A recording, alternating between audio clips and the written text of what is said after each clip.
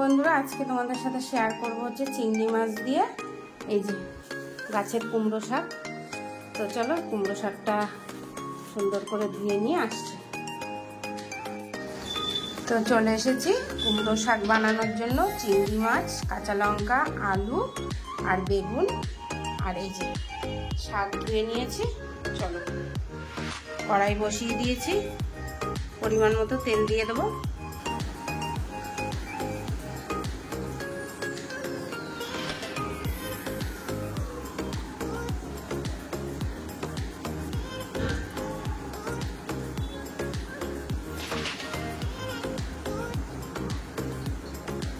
পাঁচ ফোড়ন, শুকনো লঙ্কা,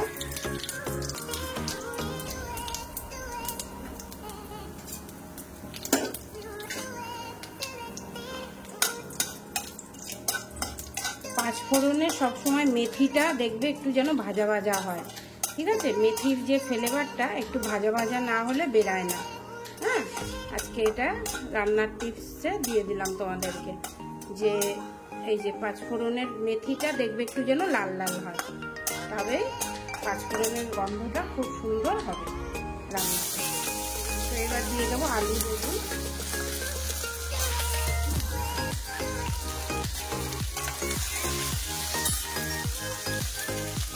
সামান্য পরিমাণে লবণ। তেলটা যাতে না খেতে বেশি, ওই জন্য লবণটা দেওয়া। কাঁচা লঙ্কা। তো তোমরা ভাবলে যে আমি চিংড়ি মাছটা কেন দিলাম না বা ভাজলাম না, তো আমি এই সবজির সাথে চিংড়ি মাছটা একবারে ভেজে নেব, ঠিক আছে? তো এই মাঝখানটাতেই চিংড়ি মাছগুলো দিয়ে দেবো।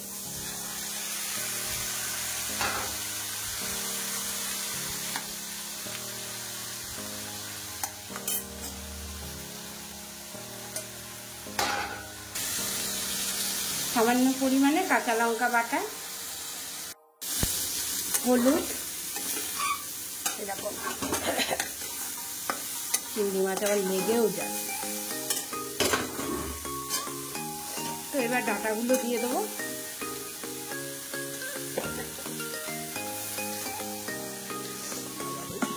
সামান্য পরিমাণে একটু জল দিয়ে দিই, আদিত্য পুজো দিতে গেছে। যাই হোক, চলো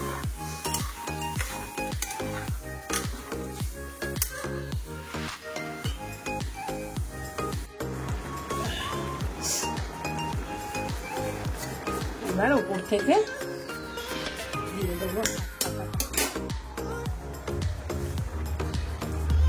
বাড়ির টাটকা কুমড়ো শাক। ভাবো, কেটে সঙ্গে সঙ্গে রান্না করা।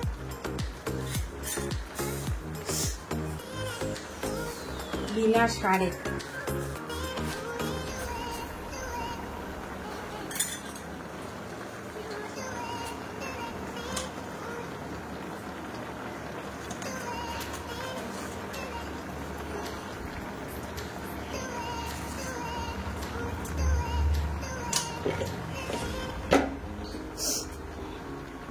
এবার একটু ঢেকে দিচ্ছি।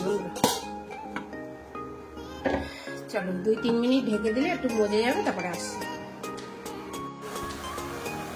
তো এটা মোটামুটি হয়ে গেছে। একটুখানি ভাজা মশলা দিয়ে দিলাম।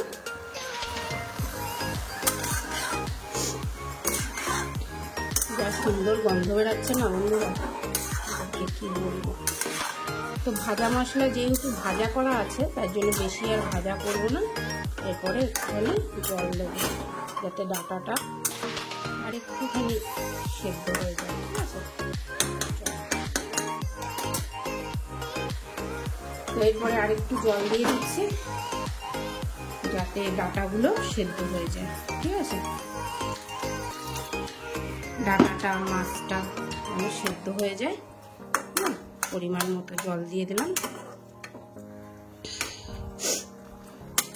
ভাজা মশলাটা তো ভাজাই ছিল, ওই জন্য আর বেশি ভাজলাম না, কষালাম না। নামানোর আগে একটু মিষ্টি দিতে হবে অবশ্যই, শাক বলে কথা।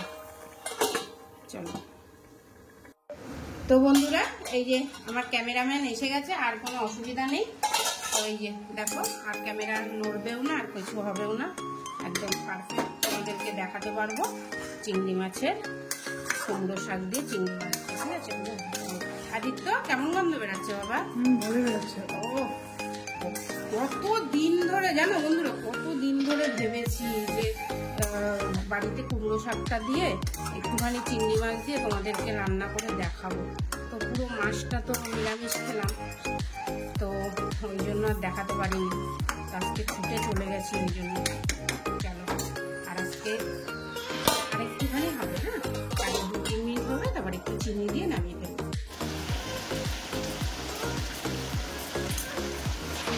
তো বন্ধুরা, ফাইনালি হয়ে গেছে আমাদের রেসিপি আজকে, ঠিক আছে? একটুখানি মিষ্টি দিলাম, মিষ্টি দিলে একটু স্বাদ থাকবে, স্বাদ লাগে, ঠিক আছে? চলো এটা নামিয়ে ফেলি। আর এদিকে ঠিক আছে, চলো ভাত ফুটে গেছে মোটামুটি। আর এই চালটা না একটু কম ফুটালেই ভাতটা দেখছি ভালো হয়, বেশি ফুটালে না মোটা মোটা হবে। চলো কুমড়ো শাকটা নামিয়ে দিই।